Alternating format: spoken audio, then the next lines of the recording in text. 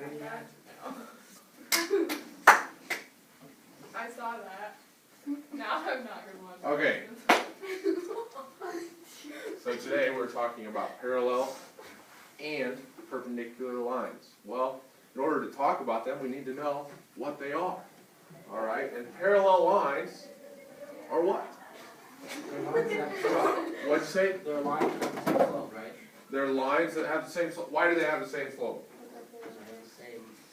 Because what do parallel lines do? They go. They never touch. Okay, parallel lines never touch. Okay, never cross. However you want to look at it. And Ty was right. They have the same slope. Okay, that's the most important part of it.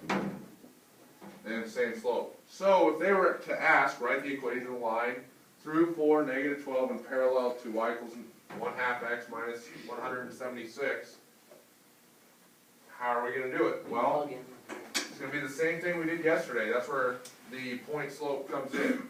Just a reminder, point slope is what? Y minus y1 equals m times x minus x1. Okay, so the first thing I need to know, what is my slope? 1/2, right? So now I have the slope, I have my point. So what am I going to write? Y minus plus 12 So y plus 12 equals. equals half times x minus, yep.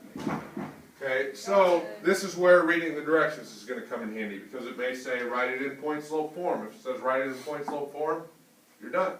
Okay, if it says write it in slope intercept form, what do I need to do?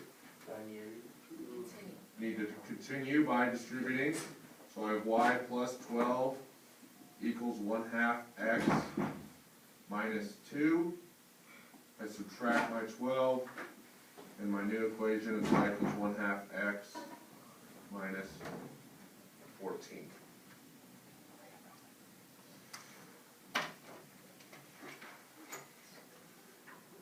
Alright, now if parallel lines never cross, what do I know about perpendicular lines? That cross. They do cross, but how? Isn't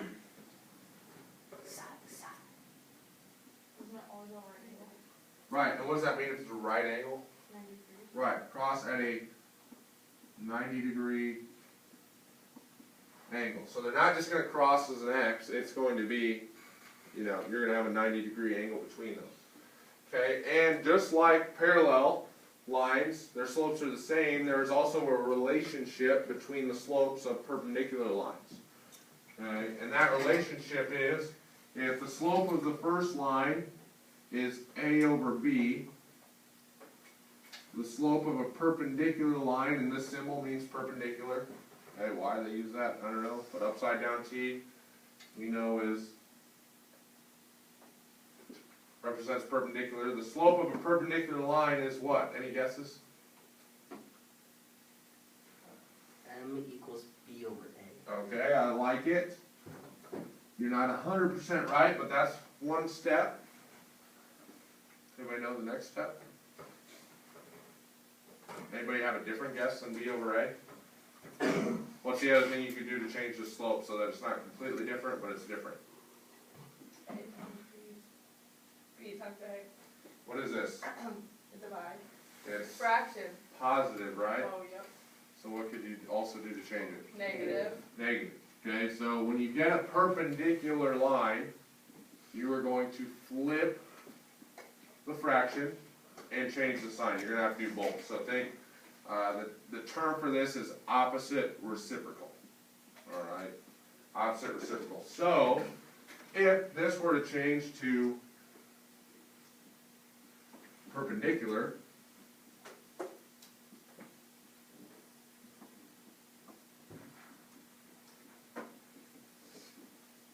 okay, now my slope of this is going to be what? Negative 2 over 1, so I'm going to flip it.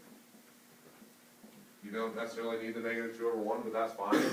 So then, next step, same thing we just did. Y minus a negative 12 equals Negative 2 over 1.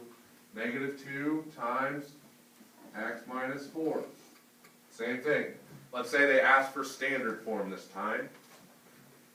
I'm gonna distribute, so I have y plus 12 equals negative 2x plus 8, subtract 12. Now I have y equals negative 2x minus 4. How do I get this to standard form?